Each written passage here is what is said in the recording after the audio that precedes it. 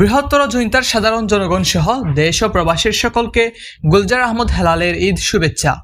পবিত্র ঈদ উল ফিতর উপলক্ষে সিলেট ৪ জৈন্তাপুর গোয়েনঘাট ও কোম্পানীগঞ্জ উপজেলার সংসদীয় আসনের সর্বস্তরের জনগণ সহ দেশ ও প্রবাসীর সকলকে আন্তরিক অভিনন্দন ও ঈদের শুভেচ্ছা জানিয়েছেন সিলেট অনলাইন প্রেস ক্লাবের সভাপতি জ্যেষ্ঠ সাংবাদিক গুলজার আহমেদ হেলাল।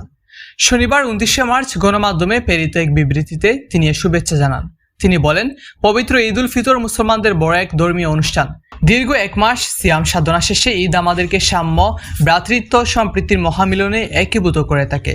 তিনি বলেন, ফ্যাসিস্ট ও স্বৈরতান্ত্রিক শাসনামল উত্তর পবিত্র এই ঈদ প্রত্যেকের জীবনে বয়ে আনুক অনাবিল সুখ, শান্তি ও সমৃদ্ধির বার্তা। তিনি ২৪-এর ছাত্র জনতার গণঅভ্যুত্থান পরবর্তী নতুন বাংলাদেশে সকলকে শুভেচ্ছা জানান। প্রেস বিজ্ঞপ্তিতে সাংবাদিক গুলজার আহমদ হেলাল বলেন, সিলেট ৪ সংসদীয় আসন জনবহুল ও প্রাকৃতিক সম্পদে ভরপুর এক জনপদ। পর্যটন ও নান্দনিক সভ্যতায় সমৃদ্ধ এই অঞ্চল নানা কারণে পিছিয়ে আছে।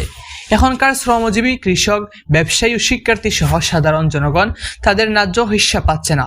সিন্ডিকেটের হাতে বন্দী গতানুগতিক নেতৃত্ব। তিনি বলেন, নতুন বাংলাদেশকে নবরূপে সাজাতে প্রয়োজন সৃষ্টিশীল, জনবান্ধব নেতৃত্ব। ঈদ আনন্দের এই দিনে সকল বৈষম্যের অবসান ঘটিয়ে সাম্য ও মানবিক এক সমাজ গড়ে উঠুক, এই প্রত্যাশা সকলের। সকলকে ঈদের শুভেচ্ছা রইল। ঈদ মুবারক।